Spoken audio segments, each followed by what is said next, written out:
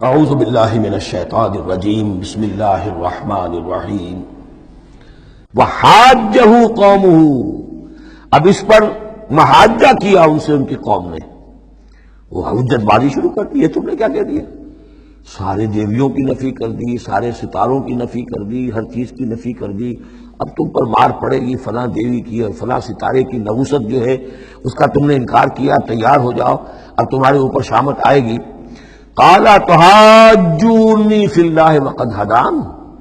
انہوں نے فرمایا مجھ سے محاجہ کر رہے، حجت بازو کر رہے اللہ کے بارے میں، جبکہ اس نے تو مجھے ہدایت دے دی ہے. مجھے تو اللہ نے ہدایت دی ہے. وَلَا أَخَافُ مَا تُشْرِكُونَ بِهِ. اور مجھے کوئی خوف نہیں ان ہستیوں کا جنہیں تم شریک ٹھہرا رہے ہو، مجھے کوئی خوف نہیں. إِلَّا أَن يَشَاءَ رَبِّي شَيْئًا. ہاں اللہ کو چاہے میرے ساتھ کہ کوئی تکلیف مجھے آ جائے، کوئی آزمائش آ جائے تو ٹھیک ہے، میرا رب ہے، لیکن مجھے کوئی کسی کا ڈر نہیں، نہ تمہارے کسی دیوی کا، نہ دیوتا کا، نہ کسی ستارے کی نحوست کا، اور نہ کسی اور کا. لا اخاف ما تشركون به. تم جس کا مجھے ڈراوا دے رہے ہو، مجھے ان میں سے کسی کا کوئی خوف نہیں. الا ان یشاء ربی شیئا. الا یہ کہ میرا رب میرے لیے کچھ چاہے، جو چاہے. وسع ربی کل شیء علما. یقیناً میرا رب جو ہے وہ تو ہر شے کے علم کے اعتبار سے احاطہ کیے ہوئے ہے. افلا تتذکرون. تو کیا تم عقل سے کام نہیں لیتے، تم نہیں سوچتے، نصیحت اخذ نہیں کرتے؟ وَكَيْفَ أَخَافُ مَا أَشْرَكْتُمْ. میں کیسے ڈروں ان سے جنہیں تم نے شریک ٹھہرا رکھا ہے. وَلَا تَخَافُونَ أَنَّكُمْ أَشْرَكْتُمْ بِاللَّهِ. جبکہ تم نہیں ڈرتے کہ تم نے اللہ کے ساتھ شریک ٹھہرا دیے. مَا لَمْ يُنَزِّلْ بِهِ عَلَيْكُمْ سُلْطَانًا. اور ان ہستیوں کو شریک ٹھہرا دیا ہے جن کے لیے کہ اللہ نے کوئی سلطان، کوئی سند نہیں اتاری. ہاں اللہ نے اپنی کتابوں میں کوئی سند اتاری ہوتی، عقل انسانی میں اس کی کوئی بنیاد ہوتی تو کوئی بات بھی ہوتی. نہ عقل میں، نہ فطرت میں، نہ کسی آسمانی کتاب میں کسی معبود کے لیے کوئی گنجائش نہیں ہے. وَكَيْفَ أَخَافُ مَا أَشْرَكْتُمْ وَلَا تَخَافُونَ أَنَّكُمْ أَشْرَكْتُمْ بِاللَّهِ مَا لَمْ يُنَزِّلْ بِهِ عَلَيْكُمْ سُلْطَانًا فَأَيُّ الْفَرِيقَيْنِ أَحَقُّ بِالْأَمْنِ إِن كُنتُمْ تَعْلَمُونَ. تو اگر تم علم رکھتے ہو تو بتاؤ دونوں فریقین میں سے، یعنی ایک موحد ہے، ایک اللہ واحد پر ایمان رکھتا ہے، ساری قوت اس کے ہاتھ میں ہے، سارا اقتدار اس کا ہے، ہر شے اس کے قبضہ قدرت میں ہے. ایک وہ ہے کہ جو اس کو ماننے کے ساتھ ساتھ کچھ اور چھوٹے دیوی دیوتا سینکڑوں جو ہے وہ ان کو بھی مانتے ہیں. امن اور چین اور سکون کس کو میسر آئے گا؟ قلبی چین، روحانی اطمینان اور سکون. ای الفریقین احق بالامن. ان دونوں میں سے موحدین اور مشرکین میں سے امن، سکون، اطمینان، چین اور راحت کا کون زیادہ حقدار ہے؟ بتاؤ اگر تم جانتے ہو. اور اس کا جواب خود دیا، الذین آمنوا ولم یلبسوا ایمانہم بظلم.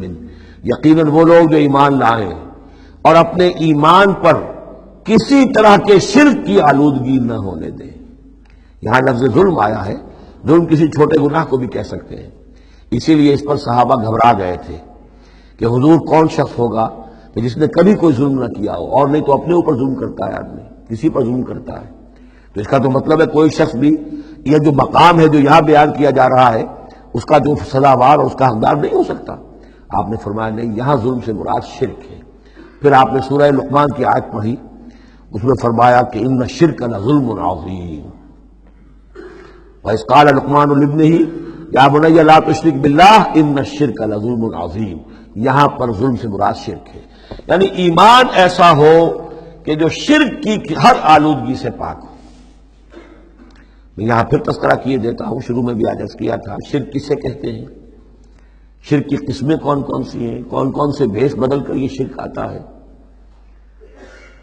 باہر رنگے کے خواہی جامہ می پوش من اندازے قدت را می شناسم.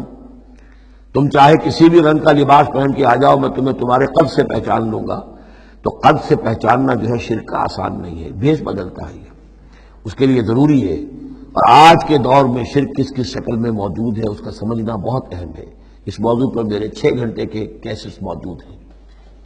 الذین آمنوا ولم یلبسوا ایمانہم بظلم. یقیناً وہ لوگ جو ایمان لائے اور جنہوں نے اپنے ایمان میں کسی بھی نوع کے شرک کی آمیزش نہ ہونے دی، اولئک لہم الامن وہم مہتدون. ان کے لیے ہے امن اور وہی ہوں گے راہیاب. یہ امن اور ایمان اور اسلام اور سلامتی کا جو آپس میں تعلق ہے لفظی اعتبار سے، وہ اس دعا میں بہت نمایاں ہو جاتا ہے کہ جو حضور ہر نیا جو چاند دیکھتے تھے ہر مہینے کا جو دعا مانگتے تھے اللہم اہلہ علینا بالامن والایمان والسلامت والاسلام. اے اللہ یہ مہینہ جو شروع ہو رہا ہے اس نئے چاند کے ساتھ، ہلال کے ساتھ، اسے ہم پر طلوع فرما امن اور ایمان کے ساتھ اور سلامتی اور اسلام کے ساتھ. تو یہ بڑا گہرا ربط ہے ان الفاظ کے اندر. میرا چھوٹا سا کتابچہ ہے قرآن اور امن عالم، آج سے شاید کوئی میں سمجھتا ہوں کہ 30-32 سال پہلے کی تقریر تھی میری، لیکن وہ ان موضوعات پر میں سمجھتا ہوں کہ بہت مختصر لیکن بہت مفید ہے.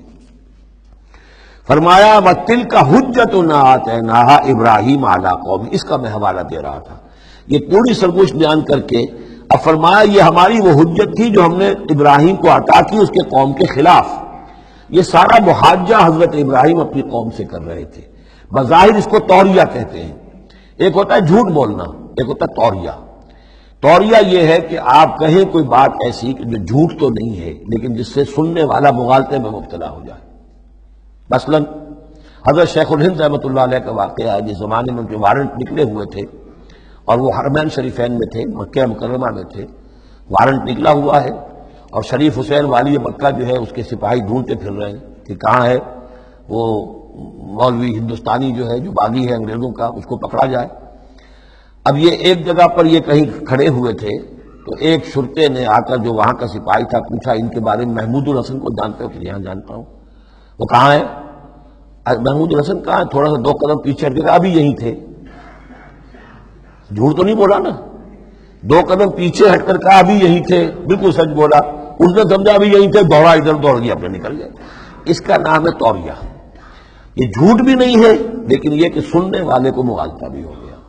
اصل میں حضرت ابراہیم علیہ السلام کے کلام میں یہ توریہ کا انداز جو ہے وہ بہت ہے، تاکہ لوگوں کو جیسے جب بتوں کو سب کو توڑ دیا تو کہا کہ اس نے توڑا ہوگا، یہ جو بڑا ہے جو صحیح سالم کھڑا ہوا بڑا بت، اور تیشہ بھی جو ہے جس سے توڑا تھا سب کو وہ اس کی گردن میں لگا دیا کہ یہ جو ہے جو آلہ ہے، آلہ واردات بھی اسی کے پاس سے برآمد ہو رہا ہے اور یہ سالم ہے، باقی سب ٹوٹ گئے ہیں. تو قرائن کی شہادت بھی ہے کہ یہی ہے، پکڑو اس کو. تو یہ ہوتا ہے ان کو سمجھانے کے لیے کہ وہ سوچیں، دروں بینی پر آمادہ ہو جائیں. تو یہ ہے میرے نزدیک ان آیات کا محل یہ ہے. وَتِلْكَ حُجَّتُنَا آتَيْنَاهَا إِبْرَاهِيمَ عَلَىٰ قَوْمِهِ. اور یہ ہماری وہ دلیل تھی جو ہم نے عطا فرمائی ابراہیم کو اس کی قوم کے خلاف. نرفع درجات من نشاء. ہم بلند کرتے ہیں درجے جن کے چاہتے ہیں. اب ظاہر بات ہے یہاں کہنے کا مقصد یہ ہم نے ابراہیم کے درجے بہت بلند کیے. ان ربک حکیم علیم. یقینا تیرا رب حکیم اور علیم ہے. صدق اللہ العظیم.